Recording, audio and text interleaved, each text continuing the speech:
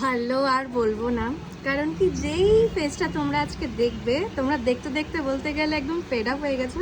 আর আমি একদম ওকে বলতে গেলে আমার গ্রো আপেরও মুখ মানে ফেস হয়ে গেছে, এক কথায় বলতে গেলে ব্র্যান্ড অ্যাম্বাসেডার বলে।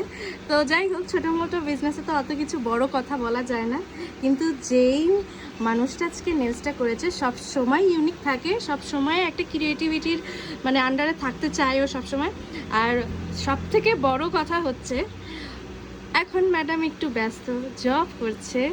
তো যেইখানকার জব করছে সেইখানকার মনে হয় থিম মেনটেন করে নেলসটা করা। তো বল ঋত্বিজা, তোর কেমন লাগলো?